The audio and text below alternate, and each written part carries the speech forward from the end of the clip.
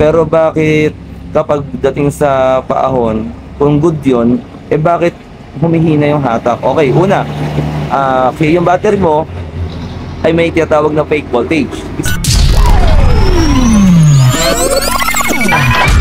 Magandang araw sa inyo mga ka-e-bike. Ngayon meron tayong subscriber na nagtanong, no, na nag-comment. Sabi niya 13 volts daw yung battery niya kapag tinitester niya siguro. Okay, then pagpatag okay naman daw. Pero kapag paakyat, parang nawawala daw yung power.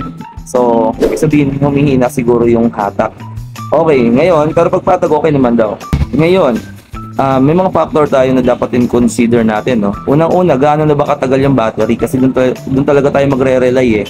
Ngayon, kung sakaling matagal na yung battery, nag 2 years na, or depende, basta may damage na, ganun talaga yon. Kapag paakyat ka, pwedeng may sira. Paano nangyari yon?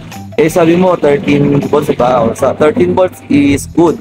Pero bakit kapag dating sa paahon, kung good yun, bakit humihina yung hatak? Okay, una, yung battery mo ay may tinatawag na fake voltage. Ibig sabihin, yung fake voltage, kapag nire-reading mo siya using multitester, good siya, nakalagay 13, 12 volts. Pero kasi, ang ginagawa kasi namin dyan, nakatusok yung positive negative namin sa isang battery. Di ba kunyari, 4 o 5 yung battery mo. Tinutusok namin yan ng positive, negative, using multitester na naka-DC settings. Tapos, kapag tinrottle namin, kunyari, naka-jack yung e-bike mo. Tapos, itinrottle mo. Pero yung tester mo, nakatusok sa positive, negative ng isang battery o per battery na test natin. Naka 13 siya, pero pag tinrottle mo, bumabagsak agad. So, ibig sabihin, fake voltage yun. Dapat up to 12 volts lang. Kung bumaba man siya, point lang, o 12 volts lang, ganon. Pag lobat, 11 volts. Kapag nakita mo na bumaba pa yung voltage, like 5 volts, 9 volts, sira na yung battery na tinetest mo. Ilipat mo naman sa ibang piece ng battery. Hanggang sa maubos mo kung ilang pieces yung battery mo.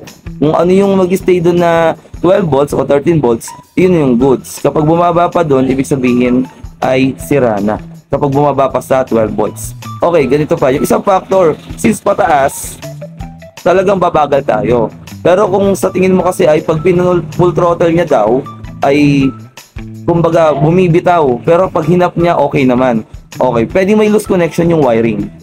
Tingnan mo kung meron kang fuse, kung meron kang breaker, higpitan mo ng mabuti yung tornilyuhan ng breaker mo. Kasi kapag maluwag yan, o may mga loose connection talaga, lalo na sa phase terminal din, pwedeng humina yung hatak. Isa pa dyan, kung medyo brittle na yung wire, o kaya parang medyo may sunog na, baka kakaakyat ay, kumbaga na overheat na siya, overload, overuse, gano'n. Humihina na rin yung strand ng pinaka-wire natin. So, kailangan i-check natin yan kung parang mapuputol na ba. Kasi pag mahina na yan, yung daloy ng current, kumbaga, hindi niya na naibabato ng maayos dun sa motor o sa controller. Hindi na naibabato ng battery doon sa mga pyesa. Kaya, minsan, bumabagal tayo. May loose connection. So, sana nasagot ko yung tanong mo.